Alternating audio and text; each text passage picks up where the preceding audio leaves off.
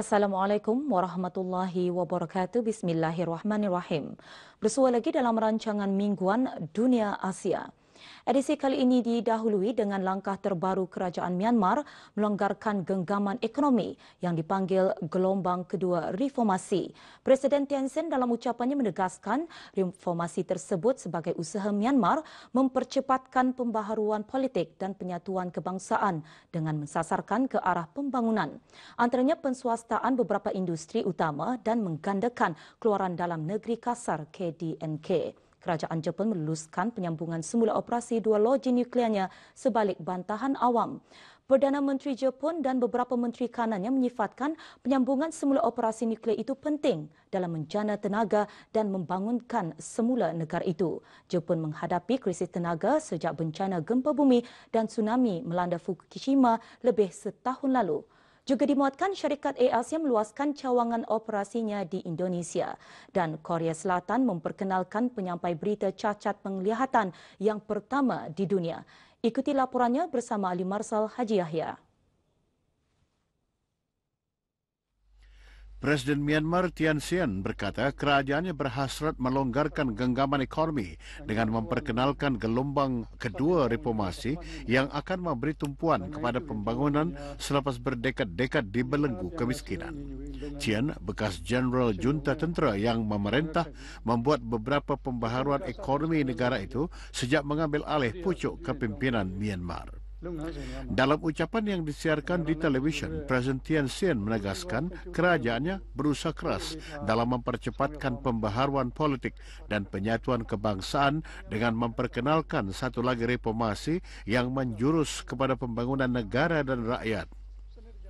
Thein Sein yang mengambil alih jawatan 15 bulan lalu selepas tentera menyerahkan kuasa kepada kerajaan awam berkata, terdapat keperluan untuk mempertimbangkan pengurangan peranan negeri dalam beberapa industri utama. Katanya, penswastaan dalam gelombang kedua reformasi yang mensasarkan industri penting seperti telekomunikasi, elektrik, tenaga, perhutanan, pendidikan, kesihatan dan hal-hal keuangan sebagai usaha kerajaannya meningkatkan prestasi selaras dengan amalan negara itu. Langkah itu juga sebagai usaha Myanmar menggandakan keluaran dalam negeri kasar KDNK bagi tahun fiskal 2015-2016 dan keperluan mendapatkan lebih banyak bantuan asing dan kepekaran bagi menjana ekonomi.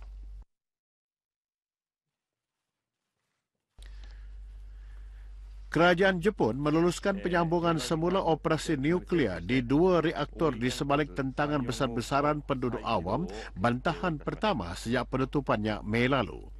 Perdana Menteri Yoshihiko Noda yang menyokong penyambungan semula kedua reaktor sebelum ini mengumumkan keputusan kerajaan pada mesyuarat bersama menteri-menteri kanan membenarkan reaktor-reaktor yang dikendalikan oleh syarikat tenaga elektrik Kansai beroperasi semula.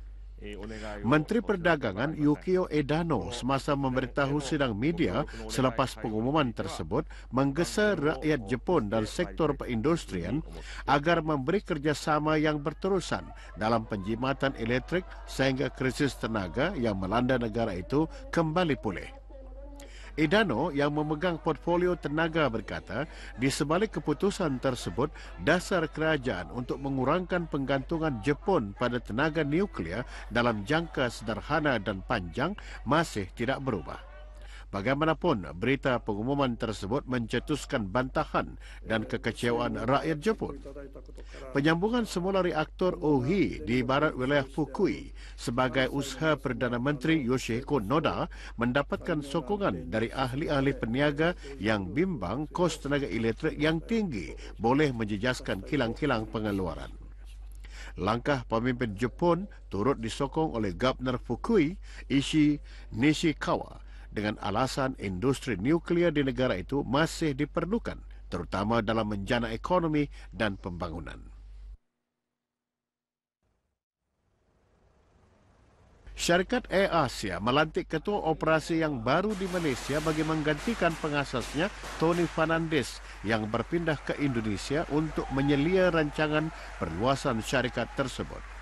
Irene Omar, Ketua Rasmi Koprat dan Perbendaharaan Serantau Air Asia akan menggantikan Fernandes yang mengetuai operasi syarikat tambang murah itu di Indonesia.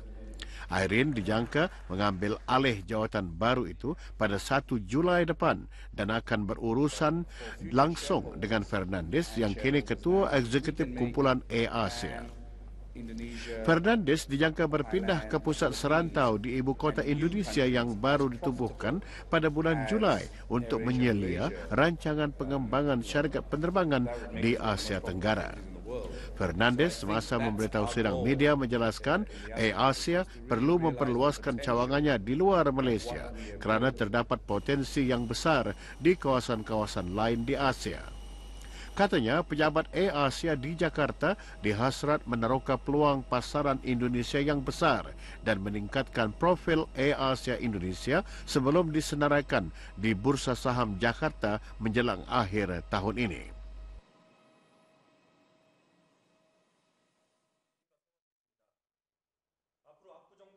Korea Selatan buat pertama kali menyiarkan laporan berita yang dibacakan oleh lelaki cacat penglihatan. Lee Chang-hun, 27 tahun, diupah oleh KBS, sebuah stesen siaran kerajaan, sejak rangkaian tersebut melatih penyampai kurang upaya tahun lalu.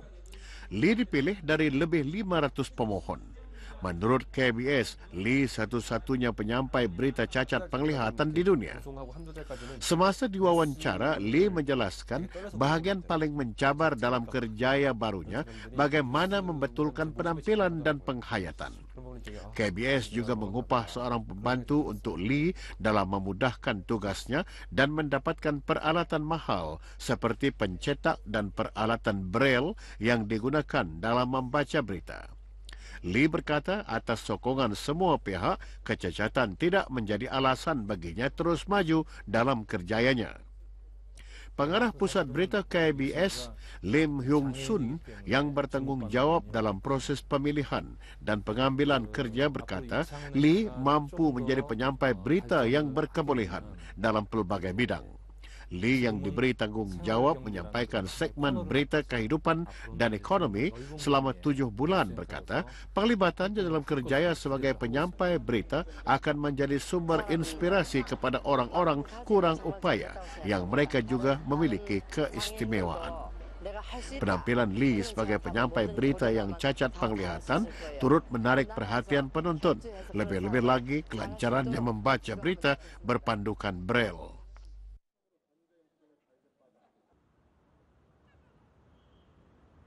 Para pengguna China melahirkan kebimbangan mengenai keselamatan susu selepas penarikan balik tepung susu anak damit di negara itu yang dicemari raksa. Penarikan balik susu keluaran kumpulan industri Yili itu dibuat semasa China melancarkan Minggu Keselamatan Makanan dan sehari selepas kabinet memperkenalkan langkah-langkah baru dalam memperketatkan lagi penyeliaan sektor produk makanan. Syarikat tersebut dalam kenyataan yang disiarkan dalam laman web mengatakan penarikan balik bermula 14 Jun lalu hanya melibatkan jenama susu anak damit Kuan Yu yang dikeluarkan antara bulan November tahun lalu hingga Mei tahun ini. Menurut agensi berita Xinhua, pemantau kualiti produk China mengesan tahap raksa yang luar biasa dalam kelompok beberapa produk tepung susu anak damit Yili yang dijual di seluruh negara itu. Tahap raksa yang tinggi boleh merosakkan otak dan buah pinggang. Para pakar berkata kejadian dipercayai berpunca dari pencemaran loji kuasa yang diserap ke dalam makanan atau sebarang bahan tambahan yang dibuat dari ikan dan pembungkusan yang tercemar. Industri susu China bergelut untuk memulihkan keyakinan pengguna selepas beberapa siri skandal paling buruk berlaku pada tahun 2008 apabila susu yang dicampur dengan kimia industri melamin membunuh sekurang-kurangnya 6 kanak-kanak dan hampir 300,000 orang sakit. Desember lalu, China sekali lagi dikejutkan dengan produk Mengniu yang didapati mengandungi alfa toksin yang boleh menyebabkan kerosakan hati yang teruk. Selepas skandal pada tahun 2008, ramai ibu-ibu Cina beralih kepada tepung susu anak damit keluaran luar negara.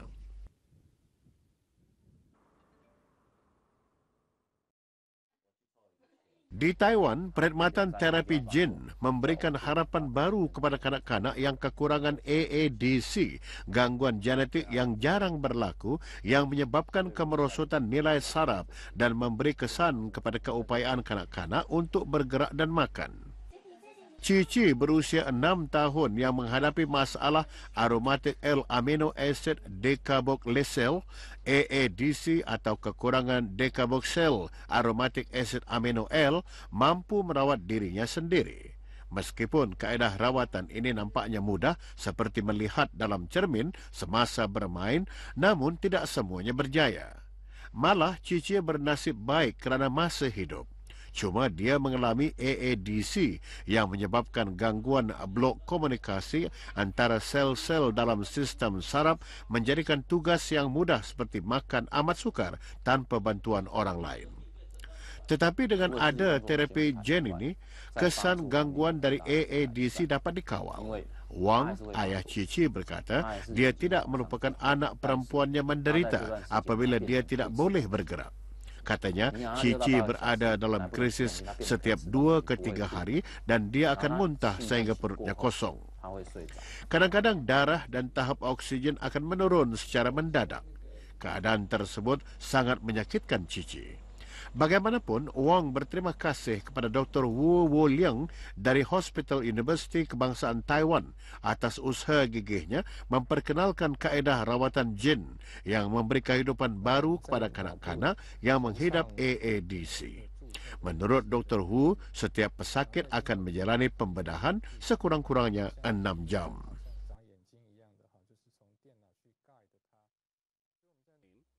Seorang pemelihara lebah di Filipina menggunakan bisa serangga tersebut untuk merawat orang yang menghidap pelbagai penyakit dari penyakit gout dan arthritis, kelumpuhan sehingga sklerosis. Menurut Joel Maksese, racun dari sengat lebah membantu memulihkan keupayaannya untuk bergerak selepas mengalami strok 12 tahun lalu yang mengakibatkan separuh dari anggota badannya lumpuh. Maksese berkata campuran kandungan protein yang wujud dalam racun lebah dengan komponen utama melitin, agen anti radang dan apamin mendorong pengeluaran kortisol, steroid yang meningkatkan gula dalam darah dan metabolisme. Meskipun Maksese bukan seorang doktor dan dia tidak menawarkan terapi sebagai pengganti untuk perubatan konvensional, namun beliau yakin sengat lebah mampu merangsang sistem imun dan mencetuskan proses penyembuhan untuk pelbagai penyakit kesihatan. Beberapa pesakit yang menggunakan kaedah rawatan ini berkata, di sebalik sengatan lebah yang menyakitkan terhadap nilai perubatan berharga yang tidak terdapat dalam kaedah moden. Menurut Maksese, sengat lebah juga boleh menyebabkan reaksi alahan yang teruk dan menolak kejutan anaphylactic.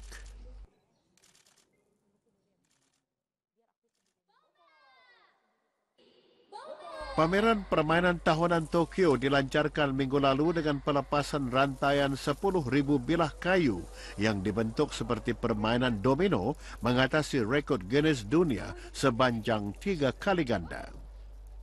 Pelancaran yang dipanggil Stick Bombs ini sebahagian dari pertunjukan pameran yang disertai 144 buah syarikat pengeluar permainan.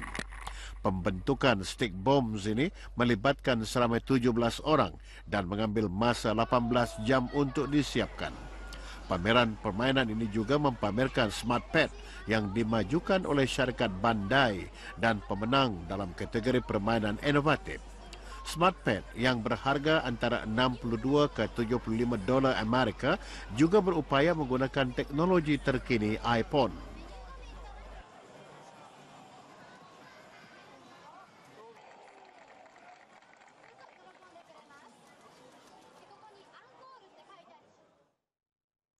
Sekumpulan penyelidik di sebuah universiti di Malaysia berjaya membangunkan perisian penganalisis imej perubatan yang boleh dimuat turun menerusi telefon pintar atau tablet berasaskan Android. Perisian tersebut juga berupaya memproseskan imej 3D, teleradiologi dan diagnosis. Aksesori berasaskan rambut manusia mewujudkan peluang perniagaan yang menguntungkan di Kemboja.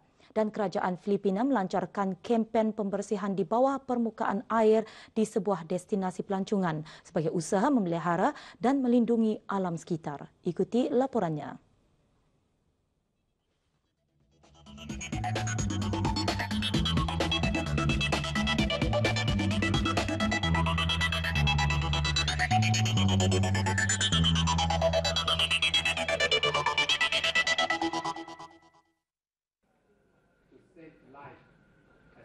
Kumpulan penyelidik dari Universiti Sains Malaysia USM berjaya membangunkan perisian penganalisis imej perubatan bagi membolehkan pengamal perubatan memuat turun imej berkaitan perubatan dan tisu pesakit menerusi telefon pintar atau tablet berasaskan Android. Perisian yang dikenali sebagai Extensible Medical Image Analysis adalah perisian pengimbas imej dalam talian dan mengandungi 5 pakej utama meliputi tata kerja pengimejan, pengubatan, analisis tisu, pemprosesan imej 3D, teleradiologi dan diagnosis. Naib Chancellor USM Profesor Datuk Dr. Omar Osman berkata, aplikasi itu membolehkan pakar perubatan mendapatkan maklumat dan membincangkan kes perubatan kritikal dengan pakar secara maya tanpa mengira lokasi dan masa. Menerusi aplikasi perisian seumpama ini, pengamal perubatan boleh mengakses gambar berkaitan perubatan dengan mudah, seperti menganalisis imej X-ray tanpa perlu mencetaknya pada filem yang memerlukan kos tinggi. Pakar kemudian boleh berhubung dengan pesakit tentang diagnosis dan rawatan penyakit dengan mudah.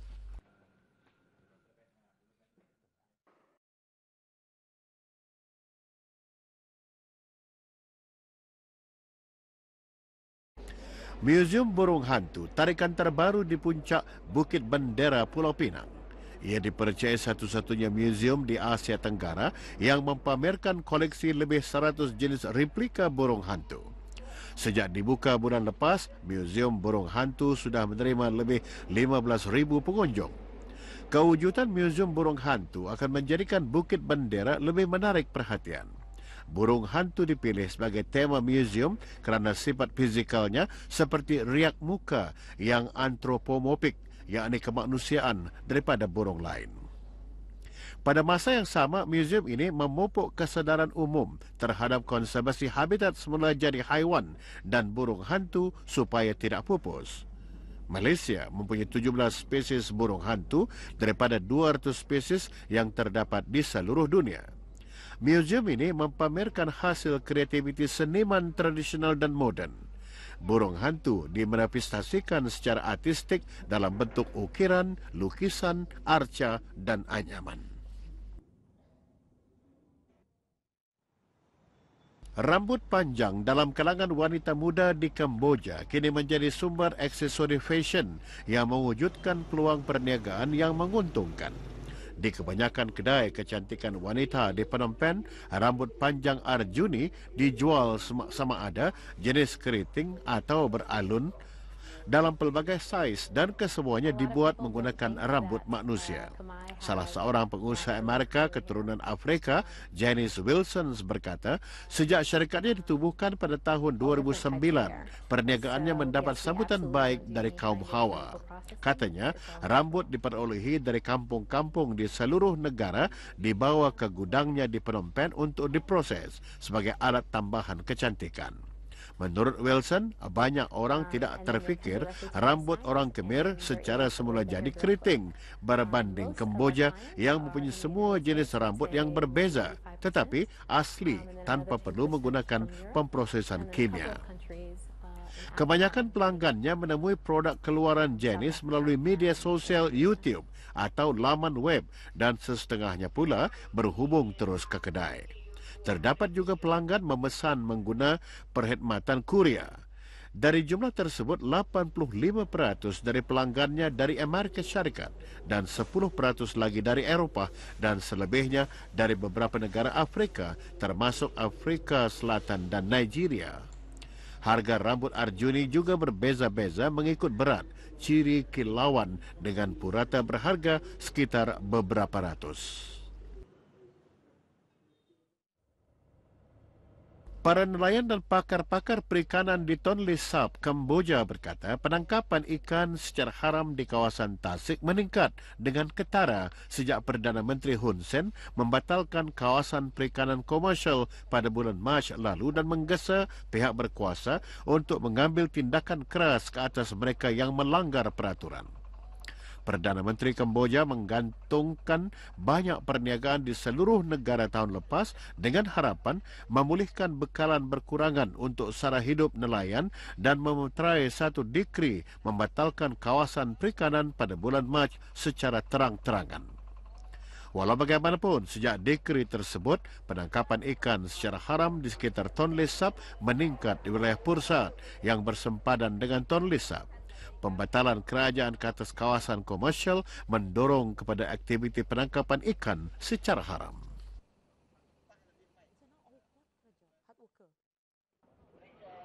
Pengawal pantai Filipina melancarkan kempen pembersihan di bawah permukaan air di wilayah Batangas, sebuah destinasi yang digemari penyelam tempatan dan asing. Batangas terletak kira-kira 90 km selatan ibu negeri Filipina, Manila. Kempen pembersihan di perairan pantai destinasi menyelam Anilao, Batangas digelar Scuba Sorero. Basorero bermakna pemungut sampah dalam bahasa Filipina. Kegiatan menyelam itu diketuai oleh Naib Laksmana Edmund Tan, pengawal pantai Filipina. Peminat menyelam juga menyertai kempen itu. Pembersihan di bawah permukaan air itu dihasrat bukan sahaja untuk memastikan destinasi menyelam yang bersih, selamat dan terjamin untuk para penyelam, tetapi juga selaras dengan usaha kerajaan Filipina untuk memelihara dan melindungi alam sekitar. Dengan bahan-bahan itu tadi, edisi Dunia Asia minggu ini sampai ke penghujungnya. Bersua lagi minggu depan dengan bahan-bahan yang lebih menarik. Sehingga itu, Assalamualaikum warahmatullahi wabarakatuh, salam hormat dan selamat malam.